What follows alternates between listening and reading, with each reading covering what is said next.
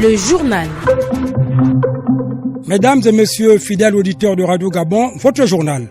À la une de ce journal, les journalistes de Radio Gabon en séminaire de renforcement de capacité ce week-end à la maison Georges Rawiri de Libreville. C'est à l'initiative de la direction générale de Radio Gabon.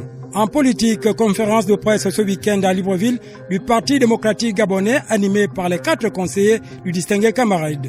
But, rendre public les actions menées par le parti. À Oyem, dans le Wellington, le centre hospitalier régional doté d'un mini laboratoire de dépistage contre la Covid-19 pour rendre opérationnel, les responsables de cette structure sanitaire ont organisé une formation à l'endroit du personnel de santé. Le saviez-vous ? Il existe des gestes simples à connaître pour empêcher la propagation du coronavirus. On les appelle les gestes barrières. Quels sont-ils ? Se laver fréquemment les mains avec un désinfectant à base d'alcool ou de l'eau et du savon. En cas de toux et d'éternuement, couvrez la bouche et le nez avec le coude fléchi ou un mouchoir. Jetez immédiatement le mouchoir et lavez-vous les mains. Évitez tout contact étroit avec une personne ayant de la fièvre et de la toux. Saluez sans se serrer la main. Évitez les embrassades. Nettoyez les objets et les surfaces souillées. Si vous présentez des symptômes de la grippe, fièvre, toux, éternuement, difficulté à respirer, ne vous rendez pas dans une structure sanitaire ou chez votre médecin traitant. Appelez le 1410.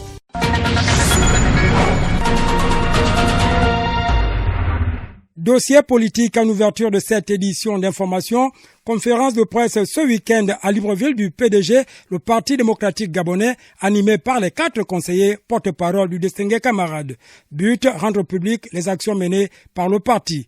Compte rendu Ahmed Ryan Zengi. Informer, édifier l'opinion sur les actions menées au sein du Parti démocratique gabonais était l'objectif principal de cette conférence de presse des 4 porte-paroles du Parti démocratique gabonais. David Elaminta, conseiller du président, porte-parole du parti. Cette première conférence de presse vise en premier lieu à faire un point d'étape relativement à la mise en œuvre des objectifs de régénération et de revitalisation qui sous-tendent la nouvelle vision politique du distingué camarade président. Cet exercice de communication s'inscrit en droite ligne des orientations du premier responsable de cette formation politique. S'agissant de la lutte contre la Covid-19, il importe pour le Parti démocratique gabonais de noter sa forte implication pour la préservation de la santé des populations gabonaises et aussi à travers plusieurs opérations coup de cœur menées dans un élan de solidarité. David Elaminta. Outre la contribution financière significative des élus PDG, sénateurs, députés, maires, et autres élus locaux, le secrétariat exécutif a procédé dans notre pays à la remise d'une importante donation financière de 10 millions de francs CFA déposés sur le compte Covid-19 à la Caisse de dépôt et consignation. Au titre des actions concrètes réalisées dans le cadre de la mise en œuvre de la feuille de route du PDG, il y a la mise en place de la chancellerie du parti, la reprise et l'intensification du dialogue politique avec les partis alliés, le lancement des actions des 2 aires dans les fédérations de l'étranger et enfin l'intensification des échanges avec le Parti communiste chinois. La rencontre s'est donc achevée sans surprise par des félicitations au nom du secrétaire général du PDG adressé à Rose Christiane Osuka Raponda, promu au poste de Premier ministre chef du gouvernement. Ahmed Ryan Zengi, vous ne nous quittez pas pour dire qu'au cours de ce face à la presse, le PDG s'est également prononcé sur la nomination de Madame Rose Christiane Osuka Raponda aux prestigieuses fonctions de Premier ministre chef du gouvernement. Les porte-paroles et conseillers du président du Parti démocratique gabonais se sont prêtés au cours de cette conférence de presse à un exercice d'analyse et de décryptage des sujets ayant marqué l'actualité au Gabon ces 5 derniers mois. Dr Stéphane Iloko Boussengi, conseiller du président, porte-parole du parti. Le Parti démocratique gabonais attend de ce gouvernement que l'accélération de la transformation du pays, que l'amélioration des conditions de vie des Gabonaises et des Gabonais se poursuive et se traduise en actes. Au sujet de la loi portant dépénalisation de l'homosexualité au Gabon, le Parti démocratique gabonais apporte quelques précisions. Junior Ndong, conseiller du président, porte-parole du parti. Si un individu fait un choix de vie qui est celui-là, doit-on lui ou non le mettre en prison? Et le Parti démocratique gabonais considère qu'on n'a pas à emprisonner un individu parce qu'il a fait un choix de vie. C'est pour ça qu'il est important d'encadrer l'exercice des libertés individuelles dans le cadre des libertés collectives. La sortie du député français du mouvement démocrate MODEM n'a pas laissé insensibles les porte-paroles du Parti démocratique gabonais qui qualifient cette déroute de non-événement. Cette sortie qui en fait participe de la gesticulation politicienne, et je crois que le président de la République, nous le voyons tous les jours, est aux commandes. Récemment encore, nous avons suivi l'évolution de son agenda de travail. Il a reçu le nouveau Premier ministre.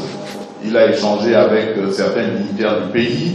Pour nous, c'est une question qui est sans objet, totalement évacuée.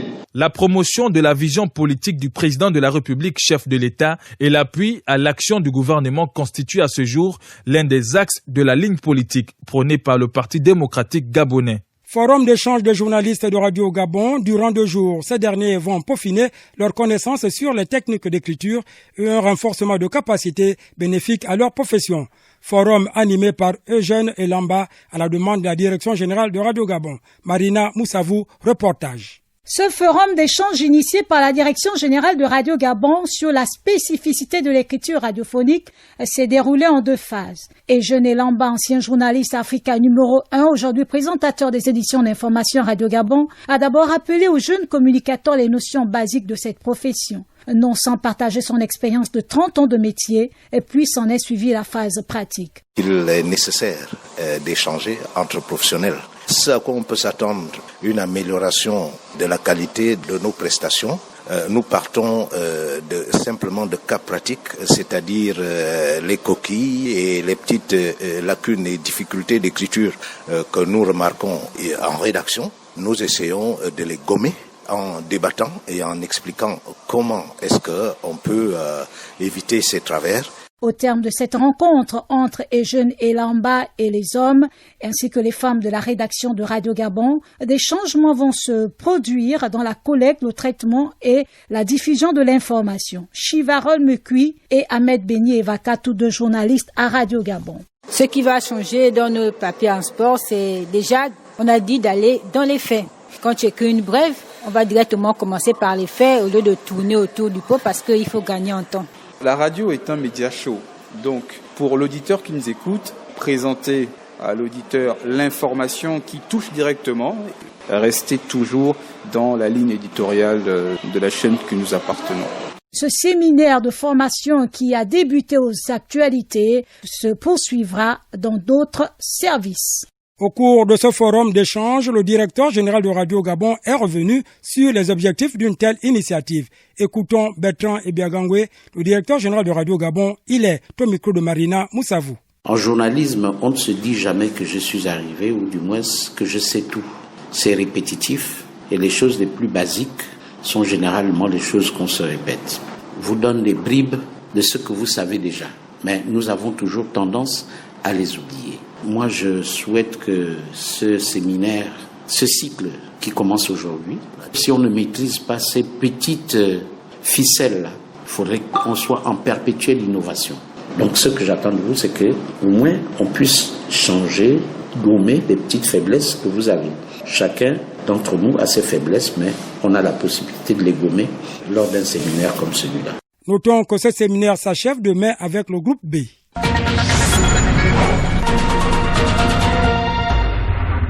Dossier agricole pour atteindre les objectifs dans la lutte contre la dépendance alimentaire au Gabon.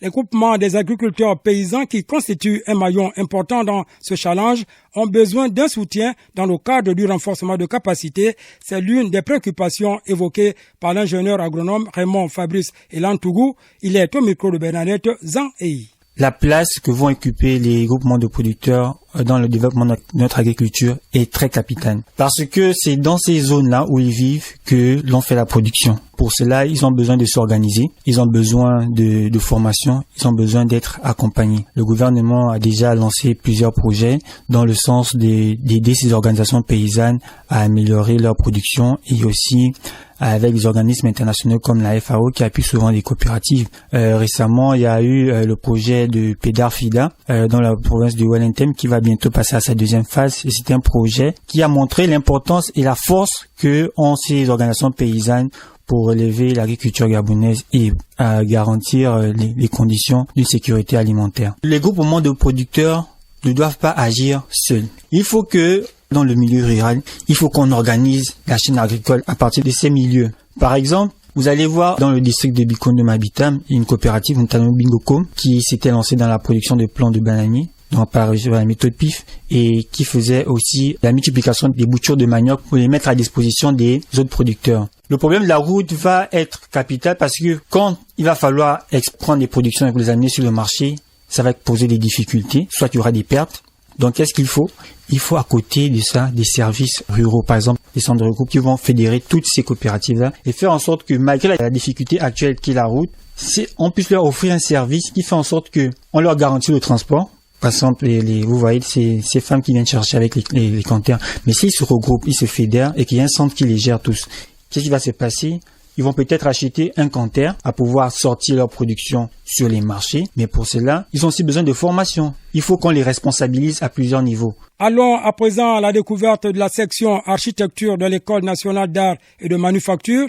Là-bas, les élèves de cet établissement supérieur, sous la tutelle du ministère de la Culture, affûtent leurs armes en vue de leur soutenance à mi-août prochain. En dépit de nombreuses difficultés d'ordre structurel, dont l'obsolescence des structures de l'établissement, le génie de ces élèves n'en est pas moins réduit. Issa Steve Mefan. Un cadre d'apprentissage avec 6 sections vibrant au rythme des travaux des élèves de cet établissement supérieur, technique et professionnel dans un état de dégradation avancée de ces bâtiments. Intéressons-nous à l'élaboration d'une maquette à grande échelle. En pleine réflexion, David en licence architecture d'intérieur nous partage avec passion son art. Généralement, vous remarquez, lorsqu'on construit, on réalise des projets, il y a souvent des plancartes avec des maquettes numériques. Et ici, particulièrement dans cette école, on a cette capacité de réaliser aussi des maquettes physiques. Souvent, les gens ne le savent pas, mais quand ils arrivent, ils sont surpris. Mais on ne savait pas qu'on faisait des choses comme ça ici. Un projet faisant office de futur centre culturel de Ntoum. Il s'agit de la médiathèque de Ntoum. En fait, c'est un projet qui rassemble plusieurs éléments. Il y a la partie bibliothèque du livre, il y a la partie cyber, il y a un restaurant, il y a une salle de spectacle et tout ce qui peut faire en sorte qu'on ait pratiquement un bâtiment moderne en fait, qui fait office de centre culturel aussi en même temps. En dépit de nombreuses difficultés liées à l'achat du matériel, l'exigence de réussir est présente. Vu l'ampleur du projet, parce qu'il est tellement grand, ça demande beaucoup de temps, vu l'échelle aussi, beaucoup de temps vraiment, et beaucoup de finances aussi, parce qu'il faut avouer, c'est vrai que les matériaux ici, la plupart, c'est des éléments recyclés. Dans la plupart des cas, on ramasse des objets, mais il y a aussi certains matériaux qui demandent d'être achetés. Voilà une école supérieure qui mérite un traitement de faveur au regard des nombreux talents et de l'encadrement qui y sont donnés et du savoir reçu. L'actualité à l'intérieur du pays, direction OIM dans le Wellington. OIM par le biais du centre hospitalier régional qui vient de se doter d'un mini-laboratoire de dépistage contre la Covid-19. Et pour rendre opérationnel cet outil, les responsables de cette structure sanitaire ont initié un programme de formation à l'endroit des agents destinés à utiliser cet instrument. OIM, le cap de Firmin et les biens Mésuis. Il s'agit d'un appareil moderne de la génération numérique actuellement utilisé dans la plupart des laboratoires du monde scientifique dont la région sanitaire nord vient d'acquérir. Au terme de la première séance de formation des techniciens de laboratoire en charge de son utilisation, le docteur Armel Minta, directeur général adjoint du laboratoire national, situe l'enjeu caractéristique de ce laboratoire et l'importance de cette formation. Le but, c'est de réduire au maximum le délai de rendu des résultats. C'est pour ça qu'on installe les laboratoires au plus proche des patients. Logiquement ici, au plus tard en 48 heures, ils devront avoir leurs résultats. Je rappelle que le test il est gratuit. Aux utilisateurs de cet appareil, l'appel est simple, c'est de rappeler que ce matériel a coûté beaucoup d'argent à l'État gabonais pour accompagner le diagnostic du Covid-19 et la prise en charge de façon globale. Donc il est important que cet outil-là soit bien gardé, bien utilisé, sachant que c'est un appareil qui ne fait pas que le Covid-19, cet appareil peut également faire d'autres analyses. Donc c'est important de bien garder cet outil-là qui renforce les capacités du laboratoire du centre hospitalier régional de Yem. Alors par jour, si on le fait tourner 2 fois, il va faire 188 analyses dans la journée. Après l'Ogooué maritime, le Haut-Ogooué et le Moyen-Ogooué, qui disposent déjà de cette technologie, le personnel de santé Nord atteste son soulagement. Le docteur Félicien Minta du centre hospitalier régional d'Oyem. Alors nous attendons à ce que nos collaborateurs utilisent de manière parcimonieuse ce matériel qui coûte cher, qui est par le dérapage en termes de gaspillage, en termes de certaines personnes qui peuvent être tentées de faire des pratiques non désirées. Par exemple, faire payer certaines personnes parce que les tests sont gratuits. Nous les avons reçus gratuitement du gouvernement. À l'endroit de la population, nous devons les pratiquer gratuitement aussi. La matérialisation de cette initiative gouvernementale démontre tout l'intérêt des plus hautes autorités quant à la santé des populations. La formation, quant à elle, est prévue pour une durée de 4 jours. En ligne d'Oyem pour Radio Gabon, la référence Firmin et les Biens-Mésuis. Merci Firmin et les Biens-Mésuis, toujours à Oyem. Dossier religion avec la fin ce samedi des travaux presbytérales de l'Église catholique, avec en filigrane plusieurs mesures et l'affectation des ministres de Dieu au sein de plusieurs églises de la province. Présidé par le vicaire sortant Jean-Jacques Okan-Ekwa, en l'absence de l'évêque Vincent Ondoué ayant empêché, 4 jours durant, les prêtres du diocèse d'Oyem, une trentaine environ, ont pris part à ce conclave de fin d'année marquant la clôture de l'année pastorale. Dans son homélie, extrait du livre de Matthieu, chapitre 12, l'officiant a soutenu la fidélité malgré l'adversité et que chacun suive sa vocation pour servir l'Église du Gabon et relever les embûches. Au terme de la prière universelle, l'Eucharistie place à la lecture de la décision d'affectation des ministres de Dieu de foi catholique lue par un émissaire conformément aux arcanes du droit canonique. Le ministère pastoral dans la ville d'Oyem et ses environs, décrétons. Article 1er. La paroisse cathédrale Saint-Charles Luanga, en sus des communautés chrétiennes déjà sous sa juridiction pastorale, comptera désormais les communautés chrétiennes de Mbomayop, Abenelan, Ebeng et Alenembon. Le présent décret abroge toutes les dispositions antérieures contraires. Ce décret de redécoupage pastoral prend effet à compter de sa date de publication. Le nouveau vicaire qui bénéficie des articles du droit canon 381, 470, 473 et 469 apportant nomination et transfert du personnel ecclésiastique, Félicien Ndongema s'est dit satisfait pour cette marque de confiance. Au terme de cette célébration eucharistique qui a marqué la réunion des prêtres qui clôturait l'année pastorale, l'évêque a bien voulu me nommer vicaire général du diocèse d'Oyem. Bien évidemment, c'est un sentiment de joie, mais c'est aussi un sentiment de responsabilité qui m'habite, car être le bras droit de l'évêque, ce n'est pas une tâche facile, car il m'associe à la gestion du diocèse. Je demande au peuple chrétien de nous porter dans la prière pour la bonne marche du diocèse, le bon gouvernement du diocèse. Il remplace à ce titre pour une durée de 4 ans Jean-Jacques Okan-Ekwa, muté pour le rayonnement de l'Église catholique dans le diocèse d'Oyem. Cathédrale Saint-Charles Luanga de la ville d'Oyem pour Radio Gabon, la référence Firmin et les Biens-Mésuis. À l'étranger, avec Gaël Mbimba Okoko, l'actualité nous allons la chercher au Kenya, au Mali et au Tchad. Débutons par le Tchad, Ludunga Motolombe, où 6 prévenus sur 11 viennent d'être entendus dans le cadre des audiences liées au trafic de drogue qui impliquent plusieurs hauts responsables de la sécurité. Le directeur général de la douane tchadienne, Abdelkarim Chafrardine, dont les services ont mis à jour ce trafic de stupéfiants destiné à la Libye, a été entendu comme témoin. Ensuite, au Mali, les experts de la CEDEAO, Communauté économique des États de l'Afrique de l'Ouest, ont proposé à l'opposition de faire partie d'un gouvernement d'union nationale qui engagera les réformes politiques et les poursuites contre les auteurs des civils tués lors des manifestations. L'opposition réserve sa réponse officielle, mais laisse déjà entendre qu'elle n'est pas satisfaite, alors que pour l'imam Mahmoud Dikko, le dialogue est encore possible. Et enfin, au Kenya, la Cour de justice de ce pays a condamné l'État et les sociétés privées à verser 12 millions de dollars de dommages et intérêts, soit plus de 6 milliards de francs CFA, aux villageois de Mombasa, dans l'est du pays. Une communauté villageoise empoisonnée au plomb il y a quelques années par des investisseurs privés.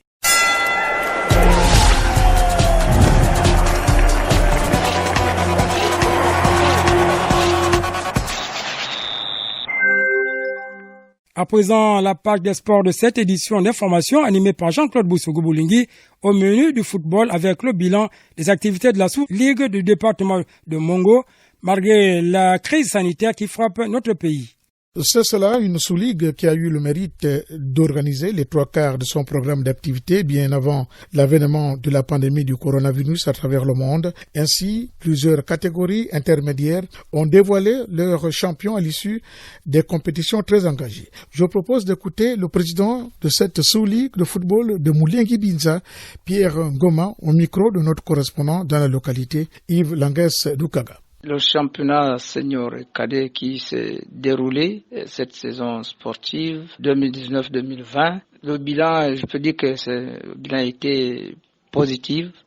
J'ai 8 équipes, 4 équipes cadettes, 4 équipes seniors. J'ai Dumanga FC, équipe cadette, j'ai le centre-ville, Mouliengui Binza, j'ai Douongi FC et Maonga FC. Je m'organise de ma manière. Depuis 6 ans pratiquement que je suis à la tête de la sous-ligue. Personnellement, je me débat à créer des équipes. Il est jeune et frappe à la porte de l'équipe nationale des Panthères du Gabon. Son nom, Franck Lévy Meillet-Zué, sociétaire du club de Saint-Hérens 3e division au Portugal, méconnu du public sportif gabonais. Ce jeune de 19 ans suscite l'admiration de l'encadrement technique des Panthères du Gabon. Qui est-il? Suivant ce portrait dressé par Ulrich Kupangoy. Franck Lewis Meillet est né le 16 décembre 1998. Formé à l'Union sportive Ombilandiami, il fait ses classes chez les minimes, cadets et juniors avant de s'envoler au Ghana, à Sao Tomé et au Portugal où il a évolué dans plusieurs clubs. Titulaire aujourd'hui au sein de son club portugais, Sintrense en 3e division, il a disputé 16 matchs cette saison et frappe à la porte de la sélection nationale. Franck Meillet. Bien sûr que je veux jouer pour l'équipe nationale du Gabon, mais l'opportunité ne nous est pas donnée. Donc, on regarde, on est là, on attend, on espère un jour qu'on va aussi penser à nous, tiers-monde. Et moi, j'encourage ceux qui sont déjà, ils mouillent le maillot comme ils peuvent. Et c'est ça le plus important, c'est ce qu'on souhaite. Joueur polyvalent, Franck Meillet affectionne le poste de milieu défensif et veut suivre les traces d'André Biogo Poko, qu'il considère comme un modèle. Moi, je le vois comme une référence, un mentor, vu qu'il joue mon poste pour sa manière dont il mouille le maillot, la manière dont il court à gauche, à droite, pour essayer de jouer les deux bouts, faire les choses bien. Moi, ça me fait plaisir, ça me donne envie d'aller en équipe nationale et de faire aussi pareil. Après une saison difficile, mais aboutie à cause du Covid-19, Franck Meillet ambitionne de jouer dans un club plus prestigieux, car il veut disputer la Ligue européenne des clubs champions. À court terme, c'est déjà enchaîner des matchs, voir vu que je suis en fin de contrat avec mon club là. Donc j'attends, j'ai des offres, j'attends que mon agent puisse me dire des offres vraiment concrètes pour qu'on puisse finaliser avant la fin du mercato pour pouvoir le plus tôt possible retrouver les terrains et commencer à m'entraîner à nouveau. Dans le long terme, c'est gagner des titres, au moins arriver en demi-finale de Champions League. Maintenant, pourquoi pas la gagner aussi. Jamais appelé en sélection nationale, Franck Meillet continue d'enchaîner les performances en club.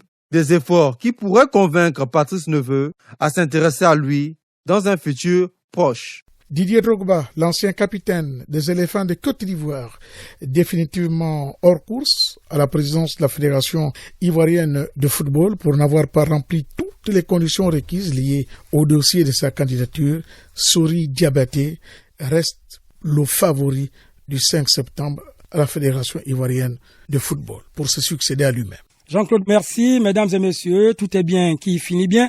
C'est la fin de ce journal. Le rappel des titres qui l'ont constitué. Les journalistes de Radio Gabon en séminaire de renforcement de capacité ce week-end à la maison Georges Rawiri de Libreville. C'est à l'initiative de la direction générale de Radio Gabon. En politique, conférence de presse ce week-end à Libreville du Parti démocratique gabonais, animée par les 4 conseillers du distingué camarade. But, rendre public les actions menées par le parti. À Oyem, dans le Wellington, le centre hospitalier régional doté d'un mini-laboratoire de dépistage contre la Covid-19. Pour le rendre opérationnel, les responsables de cette structure sanitaire ont organisé une formation à l'endroit du personnel de santé. À la réalisation, Nick Jocelyn Fouba, Julien Makita à la technique, collaboration rédactionnelle, Gaël Mbimba Okoko, Jean-Claude Boussougu-Boulingui, Louis Dunga Motolombe. À demain, même heure.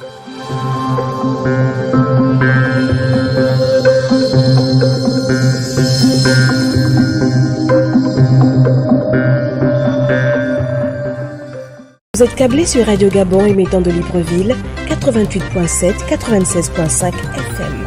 Où que vous soyez, nous sommes avec vous.